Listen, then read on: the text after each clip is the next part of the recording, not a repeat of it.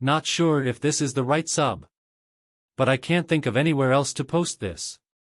For those who remember me, I'm the guy whose wife made our kids release a wild bunny in the middle of the yard after I advised her to have the kids take it to the bushes to release it safely. A hawk took the bunny right in front of both of our children, 4 and 5 years old at the time. And they freaked out on their mother, and then came running back to me in tears. Our kids started calling their mother the bunny K***ler. That name seems apt now, and other people called her that as well after her affair got out. What happened with that poor bunny is ancient history compared to what I have to tell now. I'm speaking as a free man after finishing divorce a couple of months ago. This is going to be pretty long and complicated. So buckle up. And yes, I'll include a TLDR. Edit, AP stands for affair partner. Apologies for not making that clear sooner. I did show my wife my original Reddit post. And she was very angry with me. So much so it caused a bad fight. And after it, I got the silent treatment for another week. I tried to make my kids stop mistreating their mother after the bunny incident. Even with being punished by small groundings and timeouts. But the BK nickname kept coming back every time our kids got angry with their mother. My wife let up on her cold shoulder routine after a couple of weeks and conceded she should have listened to me about the bunny, and should have taken it to the bushes like I said. She claimed that she just felt like she needed to defend herself because she didn't want to be wrong. I accepted that apology and apologized myself for making the Reddit post. I wanted us to go to marriage counseling, but she refused. She acted like there was nothing wrong with our marriage. And I decided not to push the issue further since things were seemingly getting along better. But after a few weeks my eldest came to me saying she wanted to tell me something. There was another reason why she was so mad at her mother than just the bunny. But she was scared to tell me. I comforted her and told her she could tell me anything. Well, what she said shocked me, and changed everything in an instant. She said that for months Mama had been bringing a man over some Saturdays I was at work, and had referred to him as her special friend. She got our kids to keep quiet about it by various means of bribery. But my eldest realized that something was very wrong with it. And spent some time working up the courage to tell me. Kids know things, and pick up on stuff very quickly. I really dislike it when people dismiss those facts. I had noticed my wife acting a bit differently lately. She had been shorter with everyone. Especially the kids. I tried talking to her about it when I showed her my first post. And she just went off on me about any little thing she could think of. Insulted my appearance, my character, my habits, even my side of the family.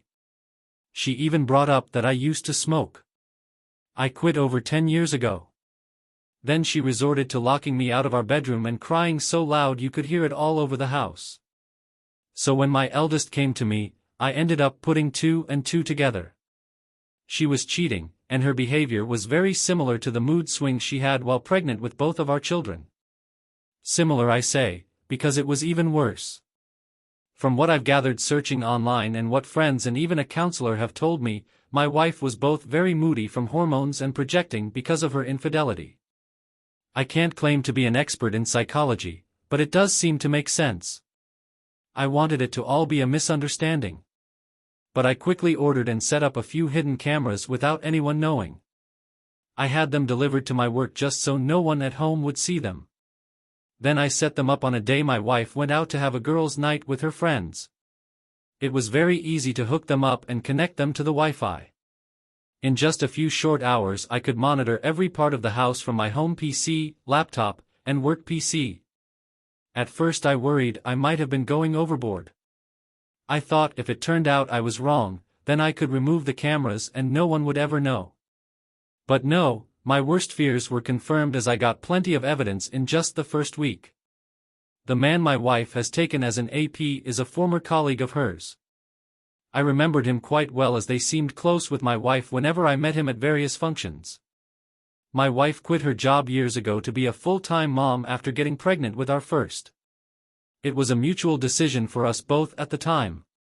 My wife stayed connected with her former co-workers as they were her best friends. But not anymore.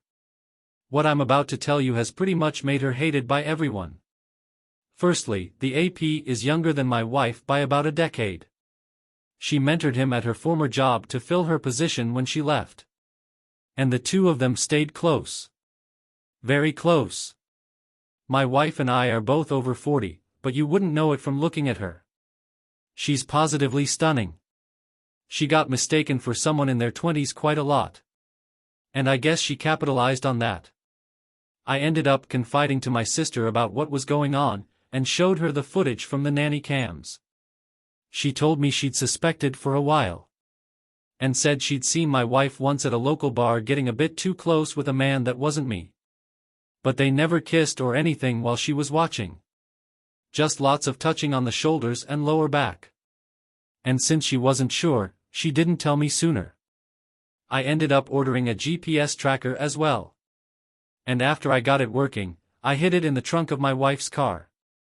My sister and her husband agreed to help me, and followed the tracker on my wife's next supposed night out with friends. She went to a completely different place 20 miles further away than where she usually goes. And from there she met up with AP. My sister and Bill observed them for some time from their car. And noticed AP kept rubbing her belly while they were talking. And they recorded video of this too. When I saw the footage I knew she had to be pregnant with his baby since she was so moody at home. My sister and Bill had to calm me down because I turned into a complete mess. I wanted to self-medicate with alcohol, but my sister very correctly told me that drinking the worst thing I could do at the moment. Later I decided to take a leave from work, but told my wife I was actually going to be on a business trip. She couldn't have been more excited about it, and didn't try very hard to hide her glee that I'd be leaving for a while. Who is this woman? She's certainly not the one I married almost 20 years ago, right? Did someone who looks exactly like her just take her place one day? Is she an alien from the pod people? Did I ever really know her? The more I thought about it, the less it made sense to me. So my end conclusion was that trying to make sense of anything wouldn't do me any good. I had cameras all over the house.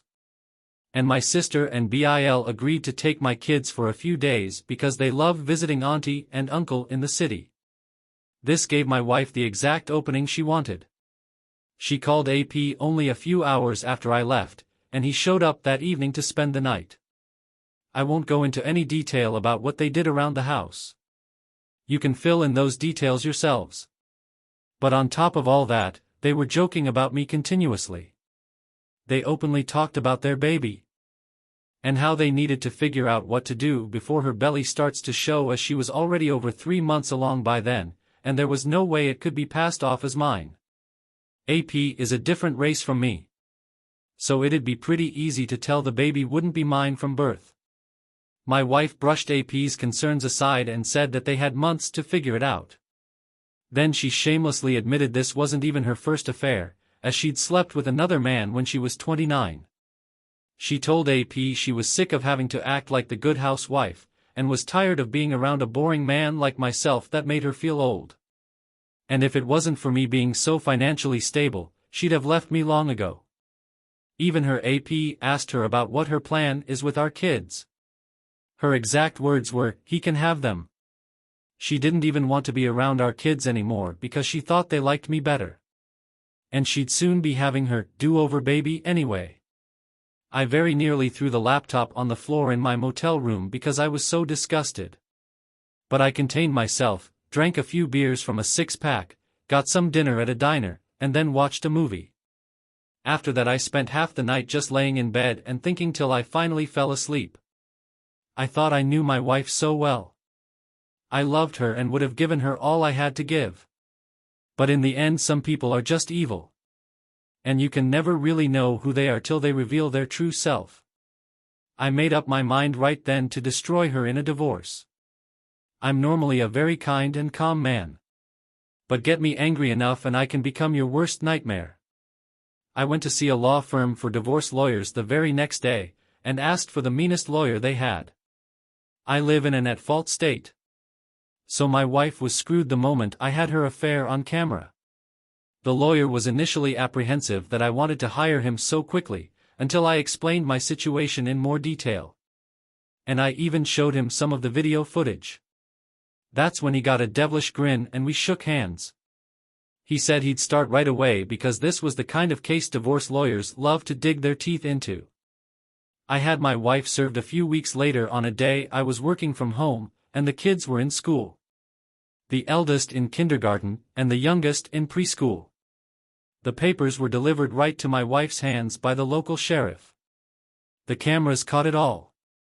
She looked scared while she opened the envelope, read the contents, and then lost her mind. She came running into my office to scream at me. But I remained cool and calm the whole time. I was already completely mentally checked out of our marriage. My wife wanted to argue. I just told her I'd made up my mind. And I wanted her out of my house. I'm the only one who's ever paid into the mortgage. She screamed at me that I can't do this to her. And then actually threatened to tell people I beat her if I take her to court, and get me fired from my job to boot. I told her to go right ahead and make up any lie she wants. It won't help her. It's not like she wasn't planning on screwing me over since she's pregnant with her AP's baby anyway. She went wide-eyed and asked me how much I knew. I just said I knew enough, and told her once again that I wanted her to leave. She refused and said it was as much her house as it was mine. Then locked herself in the bedroom again. I saw on the bedroom cameras her having a meltdown, and then pulling out her phone and calling police. She was acting like she was in complete panic, but there was a huge smile on her face while she was doing it. She was quite the actress. I'd have believed that performance over the phone in a heartbeat if I didn't already know she was a liar. I waited for police with the front door wide open and told them to come right in when they arrived. They were initially hot-blooded and ready for a showdown. But the house was clean and there were no signs of any sort of fight. My wife came running out of the bedroom and grabbed the vest of one of the officers while crying and saying I was a maniac. I asked one of the other officers to let me show them evidence of what was really going on, and he agreed. Which really startled my wife as she was not aware that I'd recorded her. I showed the officer the footage from the cameras on a laptop of my wife saying she'd make stuff up to ruin my life. And then the footage from the living room after she ran out of my office and into the master bedroom down the hall. And then the footage from the camera in the bedroom of her calling the police and lying. I'd recorded it all, and from multiple angles no less. And even though she claimed to the police I'd hit her, there was not only no marks on her, but the cameras all around the house showed a completely different story. Then I handed the police a thumb drive and said it had all the video footage they needed of her calling them under false pretenses. My wife, even in the face of all this, stuck to her lie of saying I was an abuser, and even tried to say the recordings were illegal, and therefore inadmissible. But I pointed out they are legal because they were security cameras inside of my own home, and not recorded in public. My wife looked to the police and told them to do something, to which they did. She was the one put in handcuffs. And she started bawling like a child. I could only sit there shaking my head. This was once the woman I'd loved for so many years. I thought she was a wonderful, intelligent and endearing person. I couldn't have been more wrong. As the police took her away, she screamed that they couldn't do this to her. But didn't fight back much, otherwise resisting arrest would have been added to her charges. I then shut down all her credit cards that were in my name, and stopped any future payments into the joint bank account. So she had to use entirely her own money to bail herself out of jail. She'd saved plenty all those years she was still working while the mortgage was only on me. So she was anything but broke.